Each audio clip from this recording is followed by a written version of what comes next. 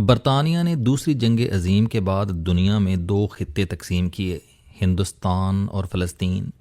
ان دونوں خطوں کی تقسیم عالمی سازش تھی، اور اس سازش نے 80 سال سے دنیا کو امن اور چین سے نہیں بیٹھنے دیا، یہاں تک کہ یہ تقسیم اب دنیا کو تیسری عالمی جنگ کے دھانے پر لے آئی ہے۔ یہ تقسیم سازش تھی، میں آگے چل کر اس پر بات کروں گا، لیکن آپ پہلے اسرائیل کے چند حقائق جان لیں۔ ڈیوڈ تھیوڈور ہرزل کی صہیونی تحریک پر عثمانی خلیفہ سلطان عبد الحمید دوم کی اجازت سے سب سے پہلے روس سے اشکنازی یہودی لا کر فلسطین میں آباد کیے گئے۔ دوسری آباد کاری 1903 میں ہوئی، اس میں یورپ اور شمالی امریکہ سے اشکنازی لائے گئے۔ تیسری آباد کاری 1918 سے 1924 کے درمیان ہوئی، اس میں دوبارہ روس سے اشکنازی لا کر آباد کیے گئے۔ چوتھی آباد کاری 1932 عیسوی میں ہوئی، اور اس میں پولینڈ کے اشکنازی آئے، اور پانچویں آباد کاری 1933 سے 1939 کے درمیان ہوئی، اور اس میں جرمنی کے اشکنازی فلسطین لائے گئے۔ گویا برطانیہ جان بوجھ کر شروع میں اشکنازیوں کو لے کر آیا تاکہ یہ فوج بنا سکیں اور مسلمانوں کو بزور بازو یہاں سے نکال سکیں۔ یوں فلسطین اور بعد ازاں اسرائیل میں اشکنازیوں کا غلبہ ہو گیا۔ یہ آج بھی اسرائیل کے تمام اہم اور فیصلہ ساز اداروں میں بیٹھے ہیں۔ یہ جنگجو، ظالم اور تابع آزما اور شرارتی لوگ ہیں۔ چنانچہ ان کی وجہ سے 80 سال میں اسرائیل کے عوام نے سکھ کا سانس لیا، اور نہ ان کی وجہ سے دنیا نے امن کی کوئی رات گزاری۔ ہم اب تقسیم کی سازش کی طرف آتے ہیں۔ دوسری جنگ عظیم میں دنیا میں ایک نیا سٹیک ہولڈر سامنے آیا، اس کا نام امریکہ تھا۔ اس وقت تک عرب علاقوں میں تیل نکل چکا تھا۔ اللہ تعالیٰ نے تیل اور گیس کا سب سے بڑا ذخیرہ مسلمان ملکوں کو دیا تھا، اور یہ آنے والے وقتوں کی سب سے بڑی دولت تھی۔ امریکہ اور اس کے اتحادی یورپ کا خیال تھا مسلمانوں کی تعداد زیادہ ہے، اور یہ ناڈر اور جذباتی بھی ہیں، ان کے پاس صرف وسائل اور مواقع کی کمی ہے۔ تیل ان کی یہ کمی پوری کر دے گا، جس کے بعد یہ دنیا کی سب سے بڑی طاقت بن جائیں گے۔ لہٰذا ان کو تقسیم رکھنا، خوف زدہ رکھنا اور یورپ اور امریکہ کا باج گزار رکھنا ضروری ہے۔ اسرائیل اس کام کے لیے بنایا گیا تھا۔ یہودی 2700 سال سے دربدر تھے، یہ اپنا ملک چاہتے تھے۔ یہ کسی بھی قیمت پر حضرت داؤد علیہ السلام اور حضرت سلیمان علیہ السلام کی ریاست واپس چاہتے تھے۔ امریکہ اور برطانیہ نے ان کی اس خواہش کو خنجر کی شکل دے دی۔ آپ اسرائیل کا نقشہ دیکھیں، یہ آپ کو خنجر جیسا محسوس ہوگا۔ یہ واقعی خنجر ہے، اور اس کا مقصد عرب حکمرانوں کے دل میں خوف پیدا کرنا اور انہیں آپس میں لڑاتے رہنا تھا۔ یورپ اور امریکہ آمریت اور بادشاہت کے خلاف ہیں، لیکن تیل پیدا کرنے والے تمام اسلامی ملکوں میں بادشاہت اور آمریت ہے، اور امریکہ اس آمریت اور بادشاہت کا دوست اور سپورٹر ہے۔ کیوں؟ آپ نے کبھی سوچا؟ امریکہ اور یورپ نے پہلے تیل پیدا کرنے والے ملکوں پر بادشاہ بٹھائے، اور پھر ان بادشاہوں کے دلوں میں 80 سال سے 2 خوف بٹھا رہے ہیں۔ ایک، اگر ہم نہ ہوئے تو اسرائیل آپ کو کھا جائے گا۔ یہ پورے عرب ملکوں کو گریٹر اسرائیل سمجھتا ہے، اور ہم اس کے اس عزم کے راستے میں رکاوٹ ہیں۔ دوسرا، ہم نہ ہوئے تو عوام آپ کا تختہ الٹ دیں گے۔ چنانچہ عرب ملکوں کے بادشاہ تیل بیچ کر جو کماتے ہیں وہ امریکہ اور یورپ لے جاتا ہے۔ میں یہاں آپ کو 3 مثالیں دیتا ہوں۔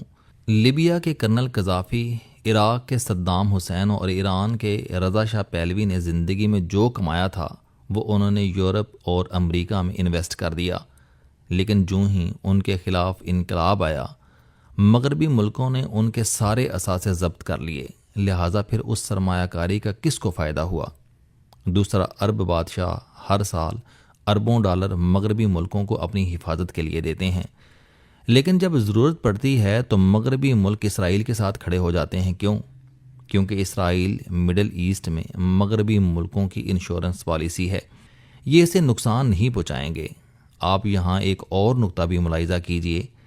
امام خمینی انقلاب سے قبل فرانس میں تھے، وہ شاہ کے زوال کے بعد پیرس سے تہران گئے، یعنی فرانس ایک سائڈ پر شاہ کا دوست تھا، اس کی آدھی رقم فرانس میں انویسٹ تھی، اور دوسری طرف اس فرانس نے اس کے دشمن اول امام خمینی کو بنا دے رکھی تھی۔ صدام حسین اور کرنل قذافی کے ساتھ بھی یہی ہوا، اور کل کویت، بحرین، UAE اور سعودی عرب کے حکمران خاندانوں کے ساتھ بھی یہی ہوگا۔ امریکہ کو ان سے کوئی دلچسپی نہیں، یہ گلف میں صرف ان کی دولت ہتھیانے اور مسلمانوں کو تقسیم رکھنے کے لیے بیٹھا ہے، اور اسرائیل اس کام میں مرکزی مورے کی حیثیت رکھتا ہے۔ ہندوستان کی تقسیم اسی نیت سے کی گئی تھی۔ بنگال اور پنجاب کو جان بوجھ کر اس طرح تقسیم کیا گیا تھا کہ تنازع شروع ہو جائے۔ تنازع ہوگا تو فوج ہوگی، فوج ہوگی تو ہتھیار اور ٹریننگ کی ضرورت ہوگی، اور جب ٹریننگ اور ہتھیار چاہیے ہوں گے تو یورپ اور امریکہ کی ضرورت پڑے گی۔ لہٰذا آپ آج دیکھ لیں پاکستان کے پاس کس کے ہتھیار ہیں اور انڈیا کس سے ہتھیار خرید رہا ہے۔ آپ کسی دن ڈیٹا جمع کریں گے تو آپ یہ جان کر حیران رہ جائیں گے کہ دونوں ملکوں کو ایک ہی ملک اور ایک ہی کمپنیاں ہتھیار سپلائی کر رہی ہیں۔ اس کا مقصد کیا ہے؟ اس کے دو مقصد ہیں۔ انڈیا اور پاکستان ترقی نہ کر سکیں اور یہ دنیا کی دو بڑی طاقتوں چین اور روس کی کرسی کے نیچے موم بتی کی طرح جلتے رہیں تاکہ وہ بھی سکھ کا سانس نہ لے سکیں۔ میں دوبارہ واپس اسرائیل کی طرف آتا ہوں۔ اسرائیل نے 1948 میں عرب ملکوں پر قبضے شروع کیے۔ یہ پہلے فلسطین کو کھا گیا، پھر اس نے لبنان کے بڑے حصے پر قبضہ کر لیا، پھر مصر کے سینائی علاقوں اور غزہ پر قابض ہو گیا، پھر اس نے اردن کے مغربی کنارے کو ہڑپ کرنا شروع کیا، اور پھر یہ شام کی گولان کی پہاڑیوں پر تصرف کرتا چلا گیا۔ اسرائیل کے پاس میٹھا پانی نہیں ہے، پورے علاقے میں صرف گولان کی پہاڑیوں پر وافر پانی ہے۔ دریائے اردن کا ماخذ بھی گولان کی پہاڑیاں ہیں۔ یہ عیسائیوں کے لیے بھی وہی حیثیت رکھتا ہے جو مسلمانوں کے لیے آب زمزم۔ اسرائیل مختلف اوقات میں پانی کے لیے ان علاقوں پر قابض ہوتا چلا گیا۔ اسے اس قبضے میں امریکہ، یورپی یونین اور اقوام متحدہ کی حمایت حاصل رہی۔ یہ بدمعاشی اور قبضہ کرتا ہے، اور امریکہ اس کی سپورٹ میں جنگی جہاز اور بحری بیڑا بھجواتا رہا، اور اقوام متحدہ خاموش بیٹھی رہی، اور یہ سلسلہ اب تک چلتا آ رہا ہے۔ اب سوال یہ پیدا ہوتا ہے کہ ایران اس معاملے میں کیوں اور کیسے آ گیا؟ اس کی 3 وجوہات ہیں۔ لبنان میں 35% شیعہ مسلمان ہیں۔ حزب اللہ ان کی سیاسی اور عسکری تنظیم ہے۔ اسرائیل نے جب لبنانی علاقوں پر قبضہ شروع کیا تو اس کے پہلے حملے شیعہ دیہات اور شہروں پر تھے۔ حزب اللہ نے ایران سے رابطہ کیا اور ایران نے اس کی مدد شروع کر دی۔ دوسری وجہ فلسطین کے مسلمانوں کی دوسری بڑی عسکری تنظیم حماس ہے۔ یہ سنی مسلمانوں کی تنظیم ہے، لیکن ایران اسے بھی سپورٹ کر رہا ہے۔ ایران سنی تنظیم کو کیوں سپورٹ کر رہا ہے، اس کی وجہ بھی کم دلچسپ نہیں۔ یاسر عرفات فلسطینی مسلمانوں کا سب سے بڑا لیڈر تھا۔ یہ 1969 میں فلسطینیوں کی سب سے بڑی تنظیم PLO کا چیئرمین بنا۔ فلسطین لبریشن آرگنائزیشن 1964 میں قاہرہ میں بنی اور پوری مسلم ورلڈ نے اس کا ساتھ دیا۔ دنیا نے یاسر عرفات کو فلسطینیوں کا غیر متنازع لیڈر بھی مان لیا۔ یاسر عرفات کے ایران کے ساتھ بہت اچھے تعلقات تھے۔ یہ 1979 کے اسلامی انقلاب کے بعد ایران کا دورہ کرنے والے پہلے غیر ملکی لیڈر تھے۔ آیت اللہ خامنائی نے اس دورے کے دوران تہران میں اسرائیلی سفارت خانے کی عمارت ان کے حوالے کر دی، اور یاسر عرفات نے اس میں PLO کا دفتر بنا دیا۔ ایران انہیں پورا بحری جہاز ہتھیاروں سے بھر کر بھجواتا تھا۔ پاسداران PLO کے ساتھ مل کر اسرائیل کے خلاف لڑتے بھی تھے، لیکن پھر 1980 میں ایران عراق جنگ شروع ہو گئی۔ صدام حسین اس وقت امریکہ کا ساتھی تھا۔ امریکہ نے یہ جنگ ایران کے اسلامی انقلاب کو کمزور کرنے کے لیے چھیڑی تھی۔ یاسر عرفات صدام حسین کا دوست تھا۔ اس نے صدام حسین کو سفارتی سپورٹ دینا شروع کر دی، جس پر ایران یاسر عرفات سے ناراض ہو گیا۔ رہی صحیح کسر 1988 میں پوری ہو گئی، جب یاسر عرفات نے اسرائیل سے مذاکرات شروع کر دیے۔ ان مذاکرات کے نتیجے میں اوسلو معاہدہ ہوا، جس کے بعد ایران کھل کر یاسر عرفات کے خلاف ہو گیا، اور ایران کے نئے سپریم لیڈر آیت اللہ خامنائی نے اسے غدار تک قرار دے دیا۔ یاسر عرفات کا خیال تھا کہ ایران نے اس کی موت کا پروانہ بھی جاری کر دیا ہے۔ اس دوران غزہ کے مسلمانوں نے مشہور عالم دین شیخ احمد یاسین کی قیادت میں حماس بنا لی۔ یہ بنیادی طور پر مصر کی اخوان المسلمین کی شاخ تھی۔ یہ غزہ کے مسلمانوں کے لیے چندہ جمع کرنے کے لیے بنائی گئی۔ ایران نے PLO کی سپورٹ بند کر کے حماس کی معاونت شروع کر دی اور یوں یہ دیکھتے ہی دیکھتے PLO سے بڑی تنظیم بن گئی۔ تیسری وجہ، ایران شام کے صدر بشارت الاسد کو بھی سپورٹ کرتا تھا۔ اس کی وجہ شیعہ نیٹ ورک تھا۔ بشارت الاسد کا خاندان علوی شیعہ ہے، لہٰذا ایران اپنے شیعہ بھائی کے ساتھ کھڑا رہا۔ اب سوال یہ ہے کہ ایران اور اسرائیل کی دشمنی کیا ہے؟ اس کے دو جواب ہیں۔ پہلا، یہودیوں اور ایرانیوں کی لڑائی 2700 سال قبل بخت نصر کے دور سے شروع ہوئی اور یہ نفرت بن کر دونوں کے خون میں تیرنے لگی۔ دوسرا، یہ تیل اور گیس کی لڑائی ہے۔ ایران کے پاس گیس اور تیل کا دنیا کا دوسرا بڑا ذخیرہ ہے۔ ایران رضا شاہ پہلوی کے زمانے میں بھی شیعہ اسٹیٹ تھی، لیکن یورپ اور امریکہ کو اس کے عقائد سے کوئی ایشو نہیں تھا۔